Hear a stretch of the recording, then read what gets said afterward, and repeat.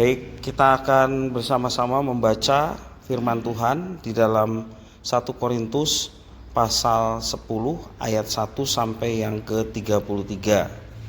Saya akan memulai, kita membaca silih berganti ayat 1 sampai 33, saya ayat ganjil, silahkan Ibu Bapak Saudara ayat yang genap. 1 Korintus pasal yang ke-10. Israel sebagai suatu peringatan. Aku mau supaya kamu mengetahui saudara-saudara bahwa nenek moyang kita semua berada di bawah perlindungan awan dan bahwa mereka semua telah melintasi laut. Untuk menjadi pengikut Musa, mereka semua telah dibaptis dalam awan dan dalam laut. Mereka semua makan makanan rohani yang sama. Dan mereka semua minum minuman rohani yang sama, sebab mereka minum dari batu karang rohani yang mengikuti mereka, dan batu karang itu ialah Kristus. Tetapi sungguh pun demikian, Allah tidak berkenan kepada sebagian yang terbesar dari mereka, karena mereka ditewaskan di padang gurun. Semuanya ini telah terjadi sebagai contoh bagi kita, untuk memperingatkan kita supaya jangan kita menginginkan hal-hal yang jahat seperti yang telah mereka perbuat. Dan supaya jangan kita menjadi penyembah-penyembah berhala, sama seperti beberapa orang dari mereka, seperti ada tertulis, maka duduklah bangsa itu untuk makan dan minum, kemudian bangunlah mereka dan bersukaria. Janganlah kita melakukan pencabulan seperti yang dilakukan oleh beberapa orang dari mereka, sehingga pada satu hari telah tewas 23.000 orang. Dan janganlah kita mencobai Tuhan seperti yang dilakukan oleh beberapa orang dari mereka, sehingga mereka mati di pagut ular. Dan janganlah bersungguh-sungguh seperti yang dilakukan oleh beberapa orang dari mereka, sehingga mereka dibinasakan oleh malaikat maut. Semuanya ini telah menimpa mereka sebagai contoh dan dituliskan untuk menjadi peringatan bagi kita yang hidup pada waktu di mana zaman akhir telah tiba. Sebab itu siapa yang menyangka bahwa ia teguh berdiri, hati-hatilah supaya ia jangan jatuh. Pencobaan-pencobaan yang kamu alami ialah pencobaan-pencobaan biasa yang tidak melebihi kekuatan manusia, sebab Allah setia dan karena itu Ia tidak akan membiarkan kamu dicobai melampaui kekuatanmu. Pada waktu kamu dicobai, Ia akan memberikan kepadamu jalan keluar sehingga kamu dapat menanggungnya. Karena itu saudara-saudaraku yang kekasih, jauhilah penyembahan berhala. Aku berbicara kepadamu sebagai orang-orang yang bijaksana, pertimbangkanlah sendiri apa yang aku katakan. Bukankah cawan pengucapan syukur yang atasnya kita ucapkan syukur adalah persekutuan dengan darah Kristus? Bukankah roti yang kita pecah-pecahkan adalah persekutuan dengan tubuh Kristus? Karena roti adalah satu, maka kita sekalipun banyak adalah satu tubuh, karena kita semua mendapat bagian dalam roti yang satu itu. Perhatikanlah bahwa CKL menurut daging, bukankah mereka yang makan apa yang dipersembahkan mendapat bagian dalam pelayanan mezbah? Apakah yang kumaksudkan dengan perkataan itu, bahwa persembahan berhala adalah sesuatu, atau bahwa berhala adalah sesuatu? Bukan, apa yang kumaksudkan ialah bahwa persembahan mereka adalah persembahan kepada roh jahat, bukan kepada Allah. Dan kamu tidak mau bahwa kamu bersekutu dengan roh jahat. Kamu tidak dapat minum dari cawan Tuhan dan juga dari cawan roh-roh jahat. Kamu tidak dapat mendapat bagian dalam perjamuan Tuhan dan juga dalam perjamuan roh-roh jahat. Atau maukah kita membangkitkan cemburu Tuhan? Apakah kita lebih kuat daripada Dia? Segala sesuatu diperbolehkan, benar, tetapi bukan segala sesuatu berguna. Segala sesuatu diperbolehkan, benar, tetapi bukan segala sesuatu membangun. Jangan seorang pun yang mencari keuntungannya sendiri, tetapi hendaklah tiap-tiap orang mencari keuntungan orang lain. Kamu boleh makan segala sesuatu yang dijual di pasar daging tanpa mengadakan pemeriksaan karena keberatan-keberatan hati nurani. Karena bumi serta segala isinya adalah milik Tuhan. Kalau kamu diundang makan oleh seorang yang tidak percaya dan undangan itu kamu terima, makanlah apa saja yang dihidangkan kepadamu tanpa mengadakan pemeriksaan karena keberatan-keberatan hati nurani. Tapi kalau seorang berkata kepadamu, itu persembahan berhala, janganlah engkau memakannya, oleh karena dia yang mengatakan hal itu kepadamu dan karena keberatan-keberatan hati nurani. Yang aku maksudkan dengan keberatan-keberatan bukanlah keberatan-keberatan hati nuranimu sendiri, tetapi keberatan-keberatan hati nurani orang lain itu. Mungkin ada orang yang berkata, mengapa kebebasanku harus ditentukan oleh keberatan-keberatan hati nurani orang lain? Kalau aku mengucap syukur atas apa yang aku turut memakannya, mengapa orang berkata jahat tentang aku karena makanan yang atasnya aku mengucap syukur? Aku menjawab, jika engkau makan atau jika engkau minum atau jika engkau melakukan sesuatu yang lain, lakukanlah semuanya itu untuk kemuliaan Allah. Janganlah kamu menimbulkan syak dalam hati orang, baik orang Yahudi atau orang Yunani maupun jemaat Allah. Sama seperti aku juga berusaha menyenangkan hati semua orang dalam segala hal, bukan untuk kepentingan diriku tetapi untuk kepentingan orang banyak, supaya mereka beroleh selamat. Demikian firman Tuhan. Bapak Ibu saudara-saudara yang dikasihi oleh Tuhan, di dalam ayat yang ke-13 kita sering mendengar ayat ini ya, dikatakan pencobaan-pencobaan yang kamu alami ialah pencobaan-pencobaan biasa yang tidak melebihi kekuatan manusia. Sebab Allah setia dan karena itu Ia tidak akan membiarkan kamu dicobai melampaui kekuatanmu. Pada waktu kamu dicobai, Ia akan memberikan kepadamu jalan keluar sehingga kamu dapat menanggungnya. Ya. Dalam ayat tersebut menegaskan bahwa Tuhan tidak akan memberikan pencobaan yang melebihi batas kemampuan umatnya. Amin. Ya, jadi ini satu firman yang memberikan kekuatan kepada kita. Kalaupun ada pencobaan yang sedemikian berat sekalipun, Tuhan tahu itu tidak akan melebihi batas kemampuan umat yang dikasihinya. Kita percaya bahwa kita dikasihi Tuhan. Amin ya. Tuhan itu menyatakan kasih yang sempurna itu kepada orang-orang pilihannya atau umatnya. Siapa umatnya? Ya kita semua ya. Kita yang percaya Yesus sebagai Tuhan dan Juru Selamat, kita yang dikaruniai Roh Kudus dalam diri kita. Roh Kudus untuk apa? Tentunya kuasa Roh Kudus yang ada pada kita untuk kita menjadi saksi ya. Menjadi saksi seperti yang firman katakan, jika Roh Kudus turun ke atas kamu, kamu akan menjadi saksiku. Jadi tugas utama Roh Kudus dalam hidup orang percaya adalah menjadi saksi. Itu tugas umat Tuhan. Nah, ketika umat Tuhan sedang dalam pencobaan, firman juga memberikan satu jaminan bahwa Tuhan tidak akan memberikan cobaan melebihi batas kemampuan umatnya.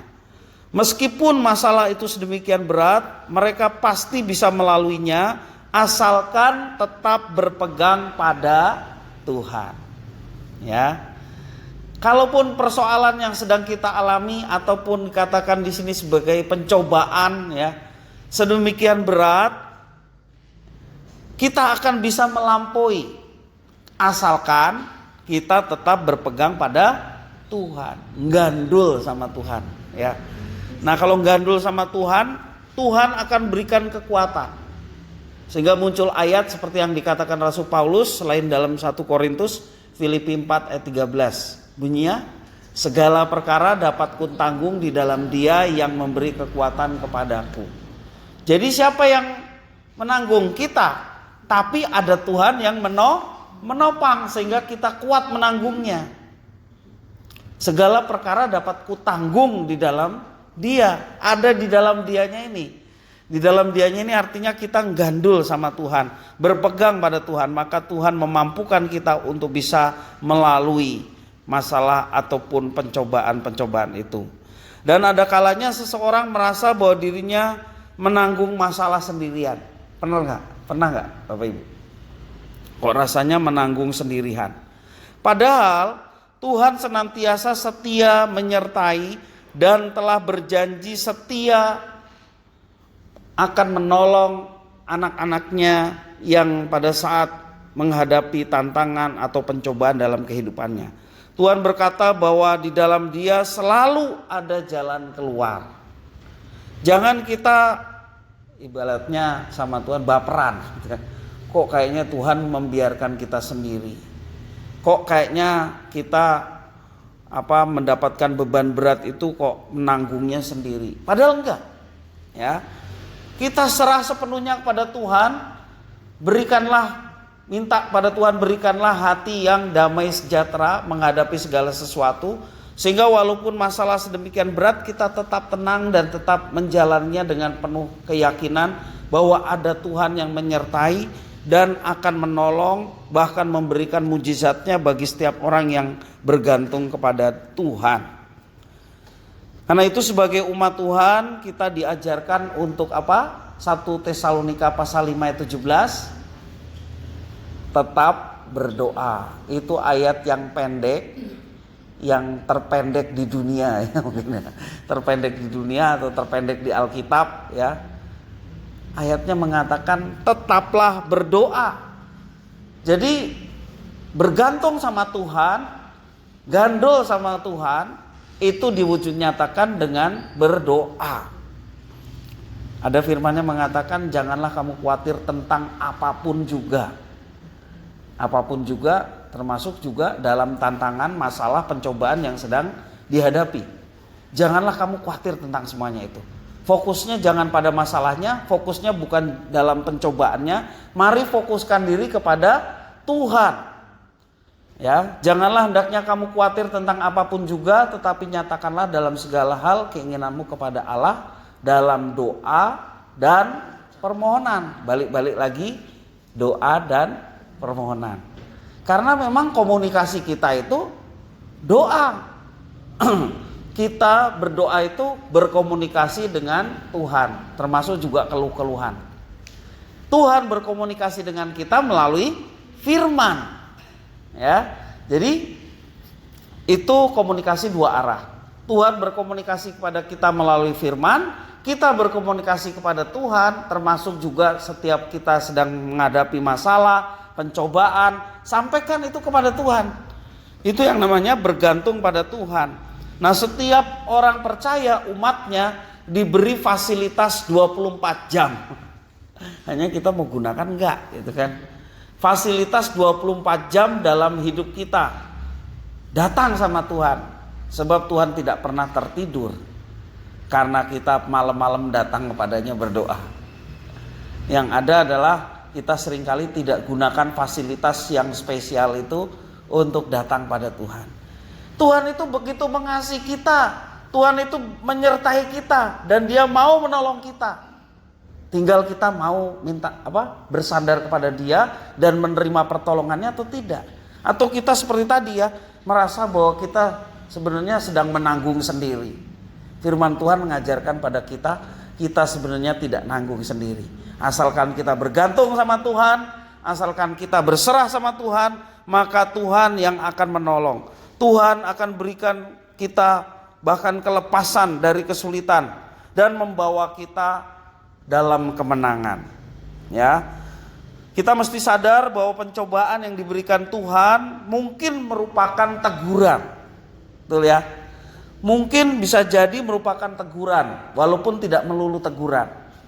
Kalaupun itu merupakan teguran, hati kita seringkali lebih peka ya terhadap hati itu. Ini saya mengalami ini mungkin menjadi teguran. Nah, kalau itu menjadi teguran, bersyukurlah.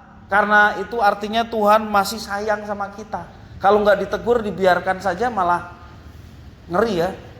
Coba orang tua kalau masih negur anaknya, masih marahi anaknya, bersyukur seorang anak masih ditegur, dimarahi orang tuanya karena kelakuannya nggak benar. Tapi kalau orang tuanya udah angkatan, wes aku tak menang wae lah. Wis sangel kandanan gitu ya. Wis sak karepe sana. Wah, malah ngeri banget ya kalau orang tua sudah membiarkan anaknya terserah mau ngapain, dia mau melakukan apa saja sebab sulit dikasih tahu. Kalau sudah dikituin artinya orang tua sudah tidak mau negur lagi, tidak mau memberi peringatan lagi. Bersyukurlah kalau Tuhan masih memberikan teguran ya melalui pencobaan. Yang menjadi bagian kita adalah mari kita senantiasa introspeksi, dan ketika kita itu merupakan kesalahan kita, datang sama Tuhan mohon pengampunan.